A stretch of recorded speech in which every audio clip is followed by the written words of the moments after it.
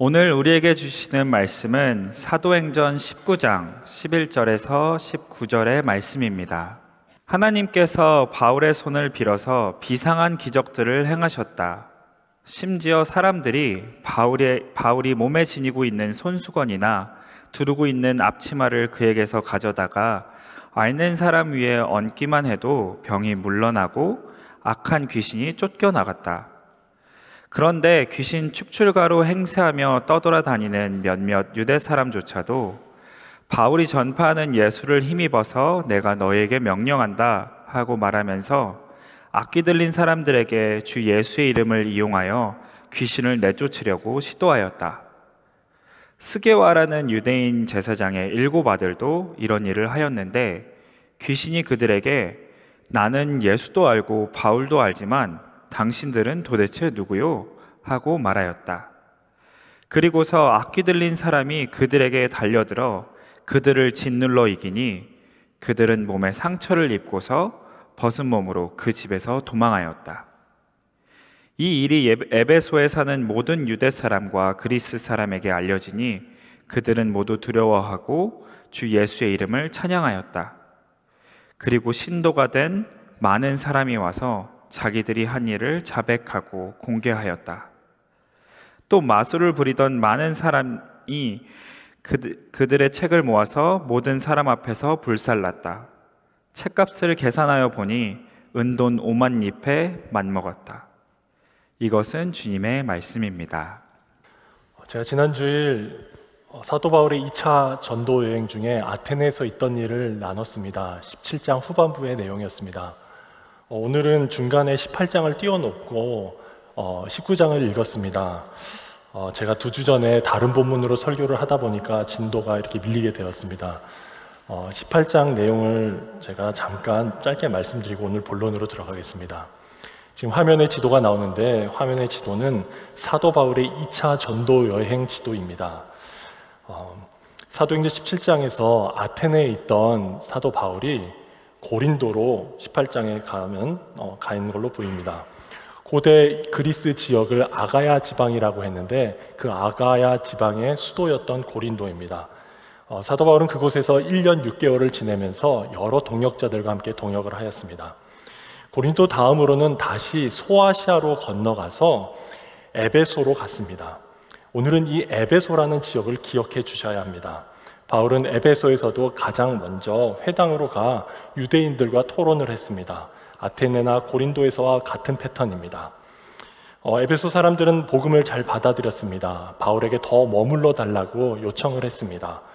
바울도 그러고 싶은 마음이 있었습니다. 그러나 그는 하나님의 뜻이면 다시 돌아오겠습니다 라고 말을 하고 아쉬움을 남긴 채 에베소를 떠났습니다. 다시 배를 타고 가이사랴라는 항구를 갔다가 예루살렘에 잠깐 들렸다가 처음 출발지인 안디옥으로 갔습니다. 이로써 바울의 2차 전도 여행이 마무리됩니다. 사도행전 15장 36절에서 시작돼서 18장 22절까지 3년간에 거쳐서 이루어졌던 바울의 2차 전도 여행이었습니다. 그런데 얼마간의 시간이 지난 후에 18장 23절부터 곧장 3차 전도여행을 시작합니다.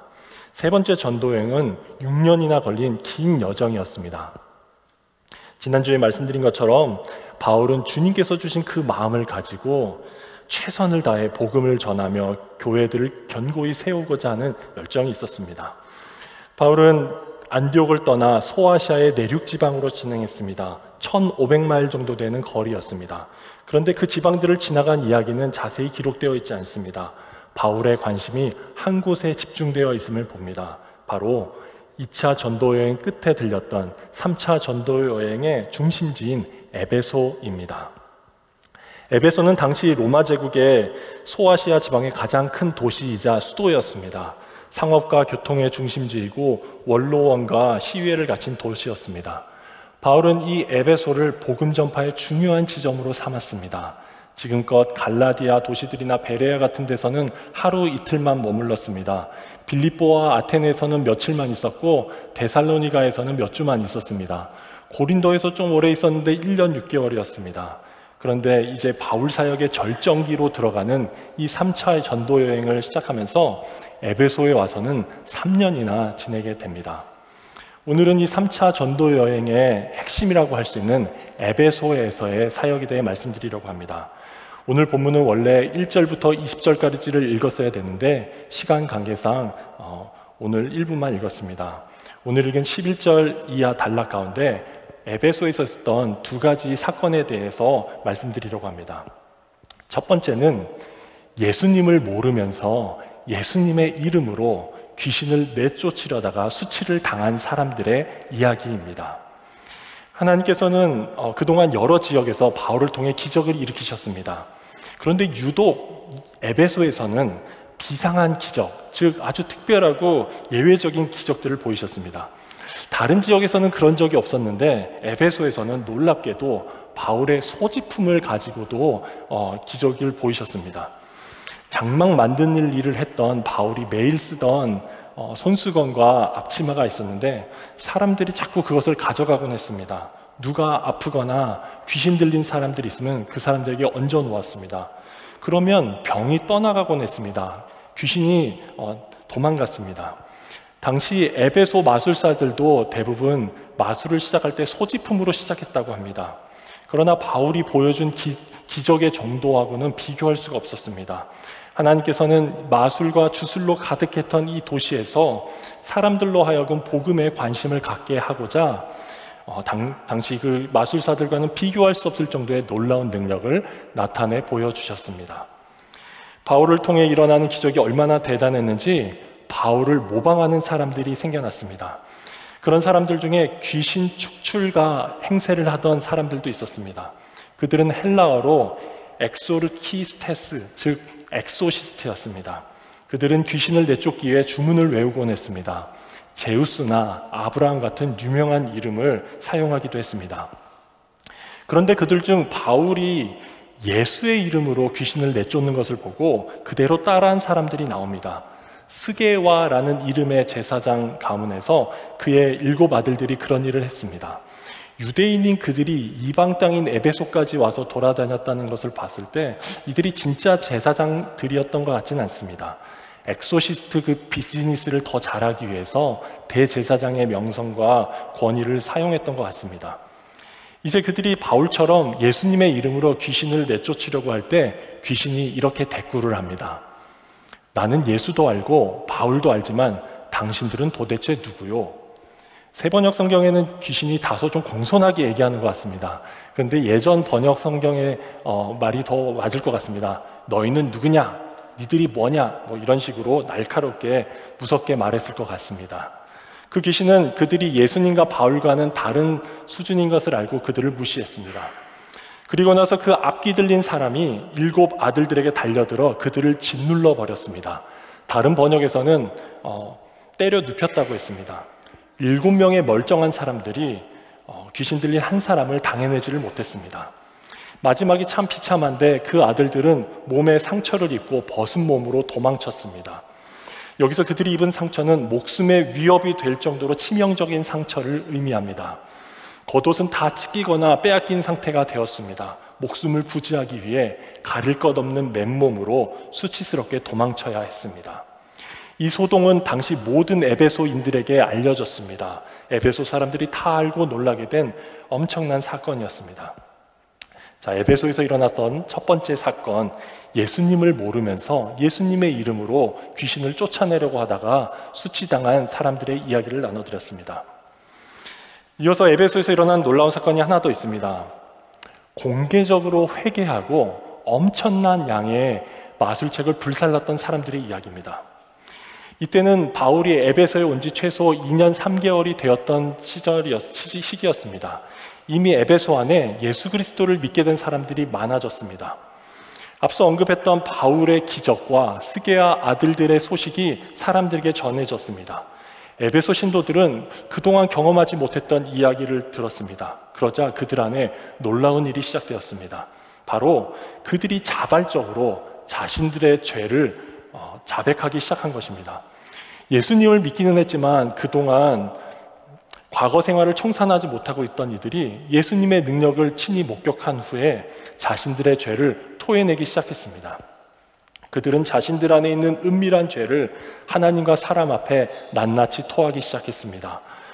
에베소 사람들의 은밀한 죄의 중심엔 독특한 무언가가 있었습니다. 그것은 바로 마술이었습니다. 에베소에는 많은 사람들이 신도가 되었지만 여전히 마술과 가까웠던 사람들이 있었습니다. 이제 에베소 신도들은 죄만 자백한 것이 아니라 자신들이 갖고 있었던 수많은 마술책들을 갖고 와 공개적으로 불살랐습니다. 여기 나오는 마술이라는 단어가 페르에르가라는 헬라어 단어입니다. 이 단어는 호기심에 과도하게 빠지는 행위 혹은 호기심을 유발시키는 것이라는 의미가 있습니다. 또 다른 의미로는 쓸데없는 것이라는 의미도 있습니다. 에베소 신도들은 진실로 회개한 후에 자신들의 호기심과 관심사, 모든 쓸데없는 것들을 불 속으로 던져 넣습니다. 자신뿐만 아니라 타인의 인생까지도 쓸데없이 허황된 것에 마음을 뺏기게 만들었던 것을 태워버렸습니다. 그렇게 자기들의 변화된 삶이 이렇게 변화되었다고 공개적으로 증거하기 위해 마술 서적들을 모두 불태워 버렸습니다.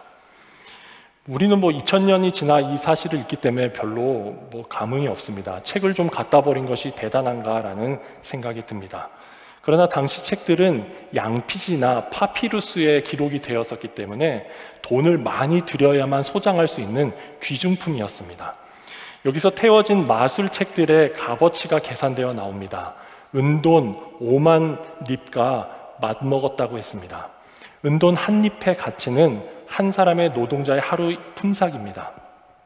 그러니까 한 사람이 약 137년간 매일 혹은 137명이 매일 1년간 일해야 벌 수 있는 엄청난 금액입니다.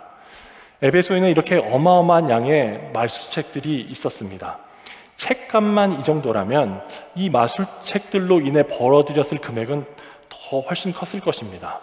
이 마술책의 규모를 통해서 에베소에서 당시 상상하기 힘든 규모의 마술 산업이 성행했음을 알 수 있습니다.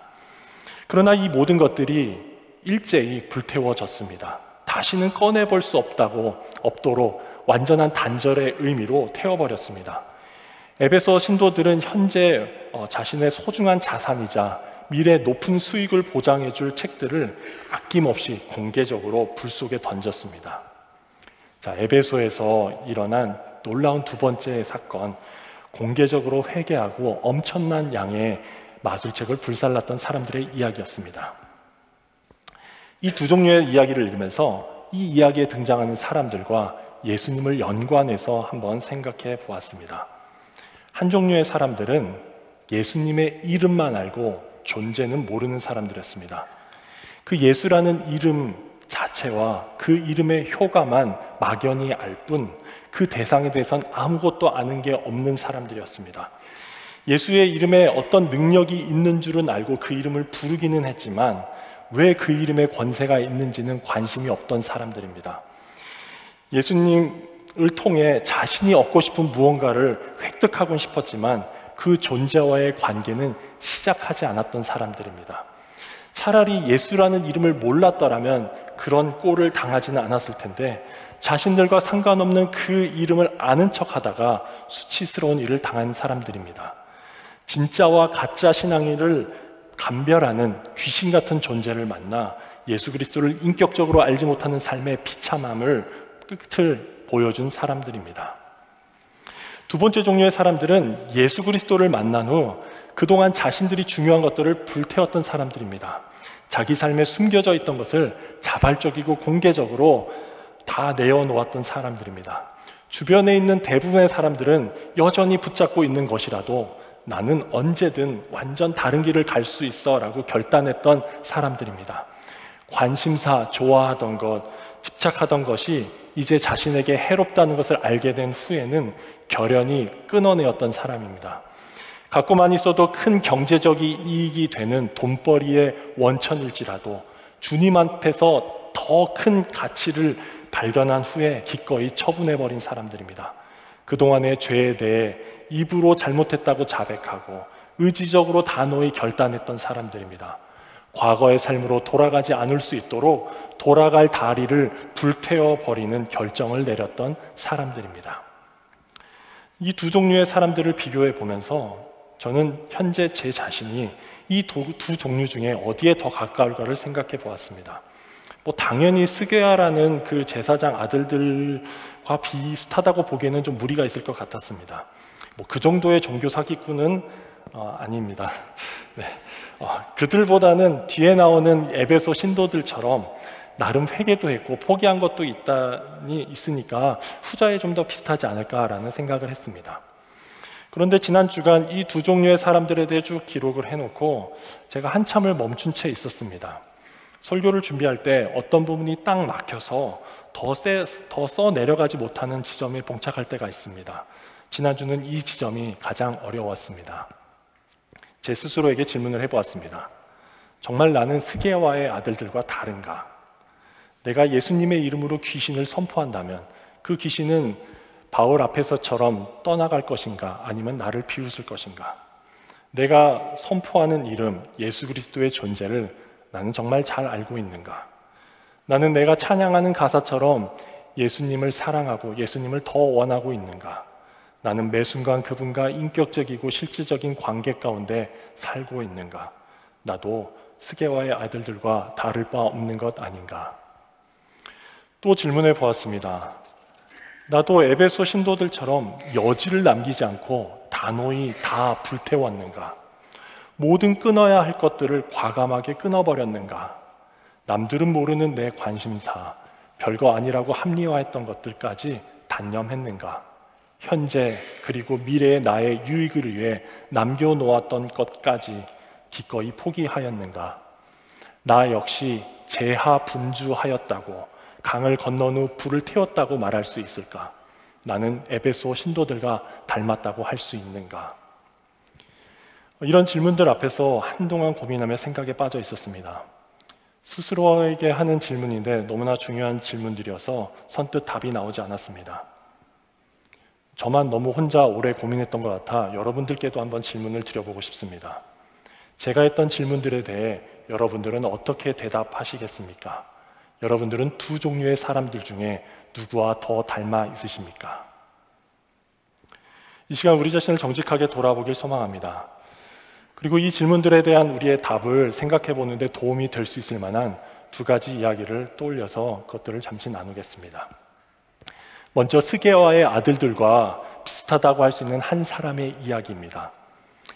Night Driving, 한국어로는 어느 방탕한 사역자의 노트라고 번역된 책이 있습니다.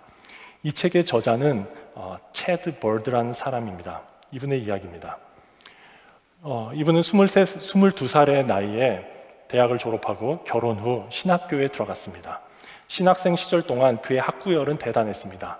그는 신학교 교수가 되기를 바라며 그 꿈을 꾸며 정진했습니다.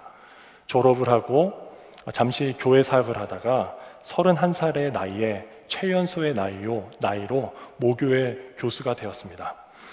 그는 히브리어와 구약을 가르치는 구약학 교수이자 유망한 신학자가 되었습니다. 그는 교내에서 인기 많은 강의를 하였고 수많은 강연을 다녔습니다. 계속해서 책을 써서 출판했습니다. 그 당시를 회고하는 내용을 읽어보면 그는 꿈이라는 단어를 많이 사용합니다. 그는 훌륭한 학자가 되는 훌륭한 꿈을 쫓아 살았습니다. 한 아내의 남편이자 아이들의 아버지자 목회자라는 부르심도 있었지만 모두 자신의 꿈을 돕는 방편일 뿐이었습니다. 그는 자신의 꿈을 금방 이루었고 또 더 큰 꿈을 향해 달려갔습니다. 그러나 그가 교수가 된 지 5년째 되던 해 그의 삶에 몰락이 시작됩니다. 그는 외도를 하였습니다. 그 순간에는 그것이 진짜 사랑이라고 착각했습니다. 그렇게 자신의 가정과 다른 한 가정을 깨뜨렸습니다. 결국 아내와 이혼을 했습니다. 아이들과도 생이별을 하듯 눈물을 흘리며 떠나보냈습니다. 외도 후 총장으로부터 전화를 받고 교수직에서 쫓겨났습니다. 감독에게 연락을 받고 섬기던 교회에서 물러났습니다. 약속했던 모든 출판과 강연들이 하나씩 취소되었습니다. 수입은 끊기고 보험은 취소되었습니다. 모든 것을 잃고 사람들의 입에 오르내렸습니다. 그는 알코올 중독자 그리고 우울증 환자가 되었습니다. 그러나 당장 생계를 위해 고향으로 돌아가 트레일러 트럭 운전사가 되었습니다. 이혼 후에 재혼의 가능성도 있었습니다. 이제 자신에게 내려진 형벌이 거기서 끝난 줄 알았다고 했습니다. 그러나 두 번째 결혼은 다시 파경을 맞았습니다. 그 과정 가운데 그는 완전히 무너졌습니다. 그는 하나님의 말씀인 성경을 가르치고 연구하는 신학자이자 교수였습니다. 그러나 그는 자신의 꿈을 위해 살았을 뿐 그의 삶 가운데 주님과의 관계는 없었습니다. 그것을 어떻게 할 수 있냐면 그의 책 후반부에서 그가 스스로 밝힙니다. 그는 트럭 운전을 하면서 진정으로 회개하며 조금씩 변화되었습니다. 그때 가서야 그의 삶 가운데 주님과의 관계가 시작되었다고 고백하였습니다. 그가 하나님과 관계없는 일을 했더라면 그렇게까지 수치스럽고 고통스럽지는 않았을 것입니다. 실제로는 주님을 모른 채 주님의 이름으로 무언가를 하다 크게 수치를 당한 스게와의 아들들과 같은 체드 버드의 이야기였습니다. 이어서 에베소 교인들을 생각하며 떠오른 또 하나의 이야기를 나누고자 합니다. 예전에 새벽기도 시간에 한번 언급했던 적이 있는 이야기입니다. 한국에 있는 높은 뜻 덕소교회의 오대식 목사님의 이야기입니다. 이 오대식 목사님은 약 10년간 일본에서 목회를 하였습니다. 한 교회에서 설교를 할 기회가 있었습니다. 예배 중에 남성 중창단에 특별 찬송 순서가 있었다고 합니다. 찬양을 하러 나온 3명의 남자들을 보고 목사님이 깜짝 놀랐습니다. 그들은 야쿠자였기 때문입니다. 큰 체구에 걸어 나오는 그런 자세, 입고 있는 라운드 티, 그리고 팔과 목에 있는 문신들은 보기에도 위압적이었습니다. 그런데 찬양이 시작되자 그들의 아름다운 목소리에 깜짝 놀랐습니다. 그러니까 눈을 감으면 너무나 감동이 되고 은혜로운데 눈을 뜨면 시험에 듭니다. 찬양을 마치고 그 중에 한 사람이 짧은 간증을 했습니다. 우리에게는 3가지 공통점이 있습니다. 하나는 우리가 다 야쿠자라는 사실입니다. 또 하나는 아내가 다 하나님을 믿는 사람들이라는 것입니다. 한국 사람이라는 점입니다. 그리고 예수님을 잘 믿는 아내들이 우리 남편들을 위해 기도와 금식을 많이 했습니다. 그래서 우리 모두 예수님을 믿게 되었습니다. 그리고 3번째는 이라고 말하면서 3사람 다 왼손을 그렇게 앞으로 펼쳤습니다. 근데 그때 모두 다 놀랬습니다. 3사람 다 모두 새끼손가락이 없었기 때문입니다. 그 자리에 있던 일본 사람들은 그것이 무엇을 의미하는지를 알았기에 모두 숙연해졌습니다. 그들은 예수님을 믿고 구원의 은혜를 알고 나자 과거 생활을 계속할 수 없었습니다. 야쿠자의 중간 간부들이었던 이들은 두목에게 찾아가 더 이상 조직에 있을 수 없다고 말을 했습니다. 자신들이 하는 일이 하나님의 뜻과 방법이 아니기에 이제 조직을 떠나겠다고 했습니다. 처음에는 두목이 듣고 농담을 하는 줄 알았습니다. 받아주지 않았습니다. 결국 그들이 진심임을 알고 모든 조직원들이 모인 자리에서 그 사실을 발표했습니다. 그리고 앞에 있는 탁자에 칼을 꽂았습니다. 그들은 그 칼로 자신들의 손가락을 자르고 나서야 그 조직에서 나오게 되었다고 합니다. 오대식 목사님은 교인들에게 이렇게 물었습니다. 여러분은 예수님을 믿고 따르기 위하여 무엇을 잘라내었습니까? 오대식 목사님이 소개한 야쿠자 출신의 크리스찬들은 과감하게 잘랐습니다. 야쿠자 조직에 그냥 머물러 있으면서 신앙생활을 병행했다면 그렇게까지는 안 해도 되었을 것입니다. 그러나 참된 신앙에는 때론 결연한 결단이 있어야 함을 그들의 삶으로 보여주었습니다. 에베소 교인들처럼 더 이상 과거로 돌아갈 수 없도록 확실하게 끊어버린 사람들의 이야기였습니다. 이제 다시 우리 모두 우리 자신에게 질문을 해봤으면 좋겠습니다. 나는 누구와 더 닮았는가? 스게와의 아들들입니까? 에베소의 신도들입니까? 체드 버드입니까? 야쿠자 형제들입니까? 혹시 우리들 중에 이렇게 생각하는 분들이 있을지 모릅니다.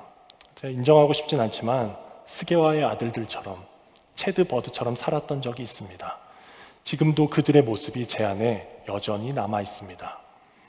그리고 그래야 하는 건 알고 있는데 에베소 교인들처럼 또 그 야쿠자 형제들처럼 하기는 좀 어려울 것 같습니다. 아직 무언가 결단하고 불살라 버리기에는 너무 힘든 것만 같습니다. 이렇게 변화되길 원하지만 그동안 잘 안 되었기에 그냥 좌절감만 느끼시는 분들이 계실지 모릅니다. 아니면 이렇게 생각하시는 분들이 계실지도 모릅니다. 스게와의 아들들처럼, 체드 버드처럼 예수님의 이름만 알고 그 실제를 모른 채 살고 싶지 않습니다. 수치 가운데 고통하는 이 삶을 반복하고 싶지 않습니다. 이제 에베소 교인들처럼 다 불태워버리고 싶습니다. 야쿠자 형제들처럼 완전히 끊어버리고 싶습니다. 어떻게든 새롭게 변화되고자 하는 소망하는 마음을 가지신 분들이 계실지 모릅니다. 스게아의 아들들과 같은 상태에 머물지 않기 위해 우리는 무엇을 해야 합니까? 에베소의 신도들처럼 변화되기 위해 우리는 무엇을 할 수 있습니까? 체드 버드와 같은 과거를 벗어버리고 야쿠자 형제들처럼 단호히 끊어설 수 있기 위해서 어떻게 해야겠습니까? 저는 앞서 에베소 신도들이 그 책들을 불태우는 데 있어서 바울의 기적과 스게아의 사건이 중요한 역할을 했다고 말씀드렸습니다. 그러나 그것만이 전부가 아니었습니다. 오늘 본문을 다 읽지 못했는데 에베소에서 있었던 두 가지 놀라운 일들이 선행되었기 때문에 그들은 그런 결단을 내릴 수 있었습니다. 그 중요했던 두 가지 일들을 좀 더 말씀드리겠습니다. 먼저는 성령의 역사입니다. 오늘 5절에서부터 7절에 이런 말씀이 기록되어 있는데 읽지 못했습니다. 지금 읽겠습니다. 이 말을 듣고 그들은 주 예수의 이름으로 세례를 받았다. 그리고 바울이 그들에게 손을 얹으니 성령이 그들에게 내리셨다. 그래서 그들은 방언을 말하고 예언을 했는데 모두 12사람쯤 되었다. 에베소에는 여전히 옛 시대를 살던 사람들이 있었습니다. 그들은 성령을 받지 못한 채 세례 요한의 시대에 머물러 있던 사람들입니다. 그들은 바울을 만난 후에 자진해서 예수 그리스도의 이름으로 세례를 받았습니다. 그리고 그들에게 놀라운 일이 일어났습니다. 성령님께서 그들 위에 내리셨습니다. 그들은 방언을 말하고 예언을 하게 되었습니다. 에베소의 오순절이라고 불리는 사건이 일어났습니다. 예루살렘에서 오순절이 있은 후 오순절기 성령 강림 이후 20여 년이 지난 이 시점에서 에베소라는 이방 땅에도 놀라운 성령의 역사가 일어났습니다. 에베소에서 성령의 임재와 은사를 경험한 이 12사람들은 예루살렘의 제자들과 같이 담대히 복음을 전하였을 것입니다. 기록되어 있지 않지만 그들도 재산을 팔아 아름다운 공동체를 이뤘을지 모릅니다. 이제 에베소에 성령의 역사를 경험한 12명의 제자들이 세워졌습니다. 에베소 전체에 성령의 불길, 회개의 불길이 일어날 수 있는 근거가 시작되었습니다. 불같은 성령께서 에베소 교인들 안에 역사하시어 모든 헛된 것들을 불태울 수 있게 하셨습니다. 또한 에베소 안에 에베소 교인들의 변화가 가능했던 이유는 말씀의 역사가 있었기 때문입니다. 9절과 10절에 이런 말씀이 있습니다. 바울은 날마다 두란노 학당에서 강론하였다. 이런 일을 이태 동안 하였다. 아시아에 사는 사람들은 유대 사람이나 그리스 사람이나 모두 주님의 말씀을 듣게 되었다. 바울은 2차 전도여행 때 그랬듯이 3차 전도여행을 시작하면서도 유대인들을 대상으로 회당에서 먼저 강론하고 권면하였습니다. 에베소에는 유대인들이 많았습니다. 3개월 동안이나 회당에 머물러 있었습니다. 그러나 몇몇 사람들의 완고함과 그들의 비난 때문에 이후 바울은 두란노 학당으로 자리를 옮겼습니다. 아마도 두란노는 어떤 철학자나 그 건물주 이름이었을 것 같습니다. 강연장이었던 그곳이 비어 있을 때 낮 시간에 그곳을 사용했던 것으로 보입니다. 남들이 일할 때는 함께 일하고 남들이 쉴 때 하나님의 말씀을 전하였습니다. 그렇게 바울은 2년간 매일 주님의 말씀을 나눴습니다. 바울이 매일 복음을 전했던 사실이 놀랍습니다. 학자들이 이 시기를 바울의 사역의 절정기로 보는 이유입니다. 그를 통해 아시아의 사람들이 모두 주님의 말씀을 듣게 되었다고 했습니다. 여기서 아시아는 소아시아를 말하는데 이 시기에 소아시아 지역에 골로새나 히에라볼리를 비롯하여 요한계시록에도 언급되는 서머나, 버가모, 두아디라, 사대, 빌라델비아, 라오디게아에 있는 사람들이 다 에베소로 찾아와 말씀을 들었을 것입니다. 그리고 방금 말씀드린 소아시아의 이 각 지역에 교회 공동체들이 세워졌습니다. 사도행전 16장 6절을 기억합니다. 2차 전도 여행 때 아시아에서 말씀을 전하시는 것을 성령이 막으셨다는 말씀을 기억합니다. 그래서 바울은 유럽으로 갈 수밖에 없었습니다. 그런데 이제 3차 전도 여행으로 들어와서 드디어 아시아의 한복판인 에베소에서 말씀을 전하게 되었습니다. 그리고 말씀의 부흥이 일어났습니다. 무서운 속도로 복음이 각 지역에 퍼져나갔습니다. 그래서 20절에 이렇게 기록이 되어 있는데, 이렇게 하여 주님의 말씀이 능력 있게 퍼져나가고 점점 힘을 떨쳤습니다. 이렇게 에베소가 놀라운 말씀의 부흥이 일어난 본거지가 되었습니다. 이런 생명의 말씀의 역사가 있었기에 에베소 신도들은 자신들에게 생명을 줄 수 없는 그 모든 것들을 불태울 수 있었습니다. 이처럼 에베소에서 있었던 성령과 말씀의 역사 때문에 그들은 변화될 수 있었습니다. 마찬가지로 우리 삶 가운데 이러한 성령과 말씀의 역사를 경험한다면 우리도 에베소 신도들처럼, 야쿠자 형제들처럼 변화될 수 있습니다. 그리고 진실로 변화되길 소망한다면 성령 하나님을 사모해야 합니다. 이 말씀은 사도 바울 같은 누군가 성령 충만한 사람의 안수기도를 사모하라는 말씀이 아닙니다. 우리는 성령이 있다는 말을 듣지도 못했던 그들의 제자들과는 다릅니다. 이미 우리 안에, 우리 곁에 성령님께서 함께 하십니다. 그 성령님께서 내 삶 가운데 말씀하시는 바에 귀를 기울이기를 바랍니다.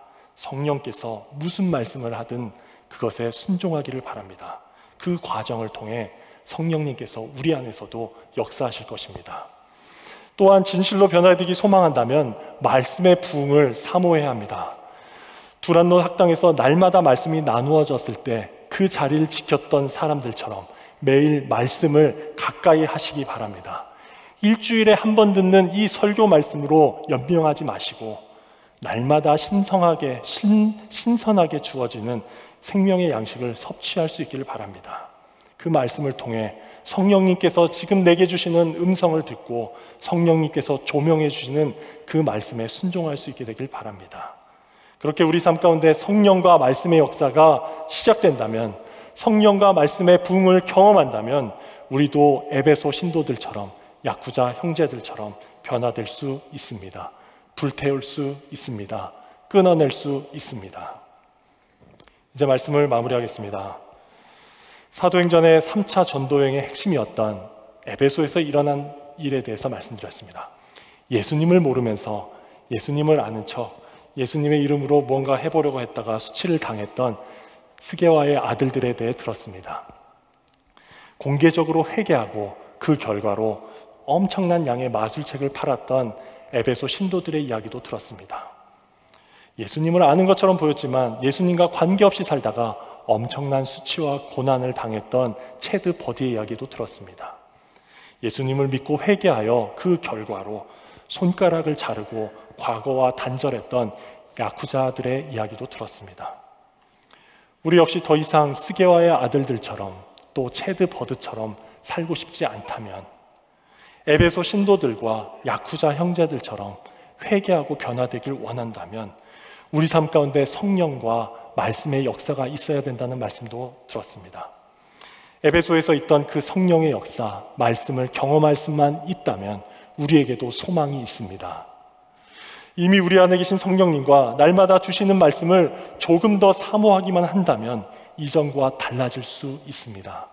부디 성령과 말씀의 역사를 경험하며 주님과 실제적이고 인격적인 관계 가운데 살아가며 우리 안에 헛된 것들을 태우고 끊으실 수 있는 저와 여러분 되실 수 있기를 진심으로 기도합니다. 이 시간 찬양을 하고 기도하겠습니다. 오늘 이곳에 계신 성령님이란 곡입니다. 처음 부르는 낯선 곡인데 가사를 묵상하며 함께 주님께 올려드리겠습니다.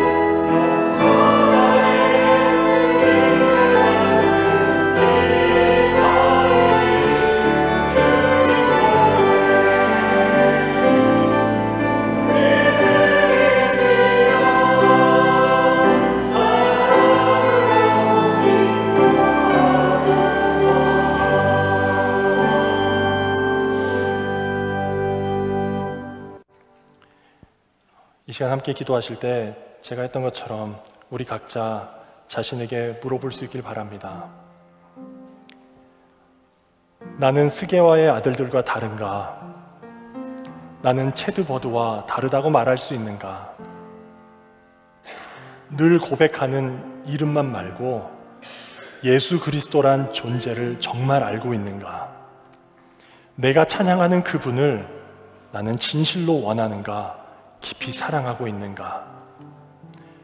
나도 예수 그리스도의 이름을 통해 얻고 싶은 것만 얻어내려고 하고 있는 것은 아닌가? 나는 매 순간 그분과 인격적이고 실제적인 관계 가운데 살고 있는가? 또 질문하길 원합니다. 나는 에베소 신도들과 그 변화된 야쿠자 형제들과 닮았다고 할 수 있는가? 돌이킬 수 있는 여지를 남기지 않고 단호히 다 불태웠는가? 모든 끊어야 할 것들을 과감하게 끊어버렸는가? 경제적인 유익은 될 수 있으나 실제로 내게 해로운 것들, 중요하다고 여겼지만 쓸데없이 집착하고 관심 가졌던 것들, 주님을 위해 기꺼이 포기할 마음이 있는가? 오늘 우리에게 말씀하신 바를 기억하며 기도하길 원합니다. 주님, 제가 주님의 이름을 불렀지만 사실 주님을 모른 채 살아왔습니다. 주님과 실제적인, 인격적인, 살아있는 관계가 없었음을 고백합니다. 이미 회개하고 다 끊은 줄 알았는데 다 태우지 못했고 다 끊지 않았음을 자백합니다. 주님, 제가 이 상태로 머물러 있지 않고 성령님께 더욱 마음을 열겠습니다. 날마다 주시는 말씀, 제 삶 가운데 말씀의 부흥을 더욱 사모하겠습니다. 주님, 제 삶 가운데도 성령의 역사, 말씀의 부흥을 허락하시고 저를 변화시켜 주옵소서. 이 시간 함께 기도하겠습니다.